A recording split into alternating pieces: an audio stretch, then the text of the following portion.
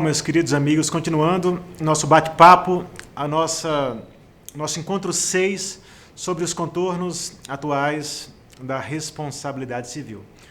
Pessoal, eu concluí o nosso tópico 5 falando sobre as excludentes, não acabei, de responsabilidade civil. Não foi isso? Olha só, a mais conhecida, meus amigos, talvez seja o caso fortuito ou força maior. É curioso, gente.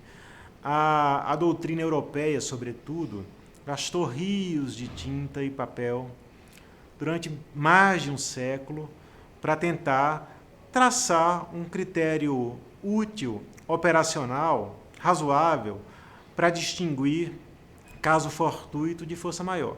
E a verdade é que não se chegou a um critério razoável, pelo menos que obtivesse um consenso razoável entre os autores, né? Vocês sabem que hoje, pessoal, se nós no passado podíamos, no auge do pandectismo, da pandectística, nós poderíamos nos satisfazer com aquilo que Ehring chamava do céu dos conceitos. Hoje os conceitos, as diferenças normativas e conceituais têm que ter um quê de operacionalidade, de utilidade, senão fazem menos sentido. Pois bem, a diferença, pessoal, entre caso fortuito e força maior nunca ficou clara. Os melhores autores, pelo menos aqueles que eu reputo como sendo os que trouxeram maior bagagem científica, Pontes de Miranda, José de Aguiar Dias, entre outros, sempre frisaram que não há razão maior para distinguir o caso fortuito da força maior.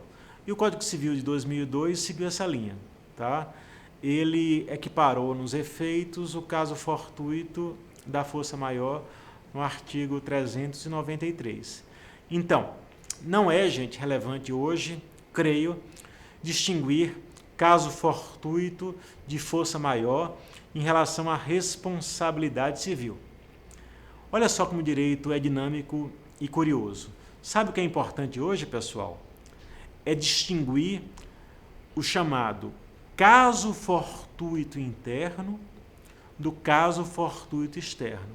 Ou, de modo mais sintético, fortuito interno e fortuito externo. Tá? Isso não está na lei. Isso foi uma construção doutrinária e jurisprudencial que ganhou corpo na última década, sobretudo, embora provenha de antes. Tá, Felipe, beleza. Como é que é essa distinção? O caso fortuito interno, meus amigos, ele guarda relação com a atividade desenvolvida pelo ofensor. Deixa eu dar um exemplo com as empresas de transporte. Tá? Vocês sabem que o transportador no Brasil, uma empresa de ônibus, digamos, o contrato de transporte, gente, segundo a doutrina e a jurisprudência, ele traz implícita uma chamada cláusula de incolumidade. Significa o quê?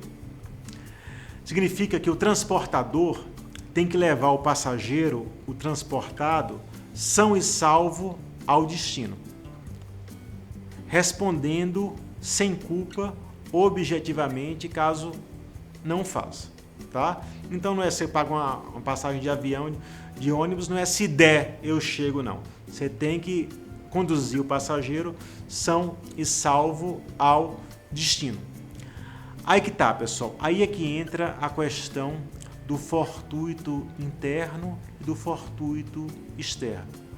O fortuito interno é aquele evento que tem relação com o transporte. É um dano conexo ao transporte. Por exemplo, meu amigo Diego está aqui.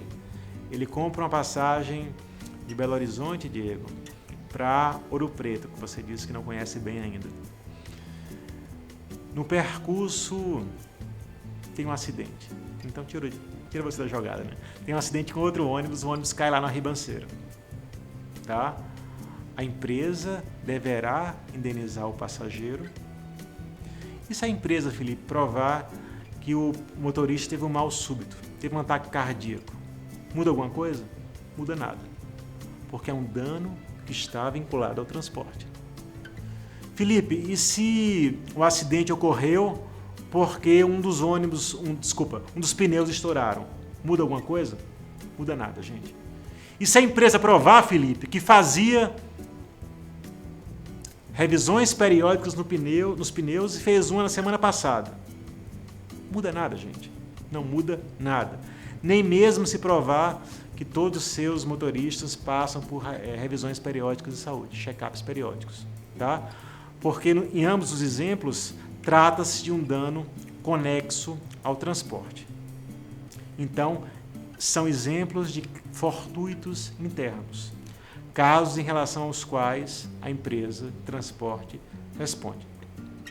Essa, aliás, é o entendimento pacífico do Supremo há muito tempo, já com a súmula 187, que foi, aliás, repetida ipsilitris pelo Código Civil no artigo 735. Beleza, Felipe. E o fortuito externo, pessoal? O fortuito externo, esse sim, a empresa não responde civilmente, não. Ele é aquele que não guarda relação com a atividade desempenhada pelo ofensor. Exemplo, em relação ao qual eu tenho reservas, tá, pessoal? Mas a jurisprudência brasileira, de modo reiterado, vem decidindo que, em relação aos assaltos nos ônibus, as empresas de transporte não respondem. Então, digamos, uma viagem interestadual, Belo Horizonte, Salvador. O percurso houve estupros. Uns bandidos pararam o ônibus à noite e estupraram as passageiras. Consequências penais à parte, só sobre o ângulo civil. As empresas de transporte não responderiam por esse fato, não responderiam pelo estupro. E até danos mais prosaicos, roubo de malas, o que for. Espantosamente, pessoal, é essa jurisprudência, entendendo que se trata de um fortuito externo. Eles dizem o seguinte, a jurisprudência, os tribunais, não, mas o dever de prestar segurança é dos passageiros, é do Estado. O dever de prestar segurança é do Estado, concordo. Qual seria o passo argumentativo seguinte? Ora, se o dever de prestar segurança é do Estado, o Estado deveria responder por esse dano, não é verdade? Mas até aí não se chega, pelo menos não atualmente. Eu creio, pessoal, que nas próximas décadas chegaremos lá ainda, tá? Cada vez mais, penso eu, o Estado será responsabilizado por atos vinculados a falhas na segurança pública, tá? Cada vez mais chegaremos lá nesse sentido. Porém, só para concluir, gente, repito, tem sido, sobretudo nos casos de responsabilidade civil objetiva, a análise delas tem sido cada vez mais rigorosa. Em outras palavras, algo que no passado poderia livrar a empresa de responder perante o passageiro, perante o cliente, hoje não pode. Um bom exemplo em relação aos bancos. Os bancos, isso que eu falei agora há pouco das empresas de ônibus de transporte, não se aplica aos bancos, tá?